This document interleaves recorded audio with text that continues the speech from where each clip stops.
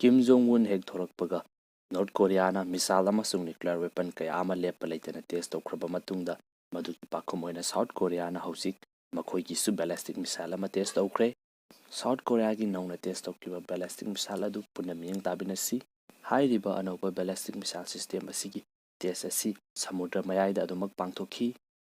Hairiba test asi makhoina pamliba target adu chapchana yauduna mai pakhi.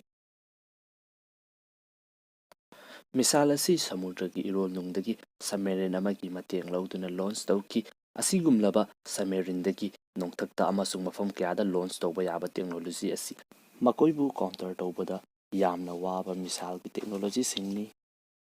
North Korea na kholai sing matang test tawbada khwaidagi sokhaliba asi South Korea amasung Japan ni aduga mamangi ballistic missile test tawkiba aduda Japan gi sida kapsin khibani.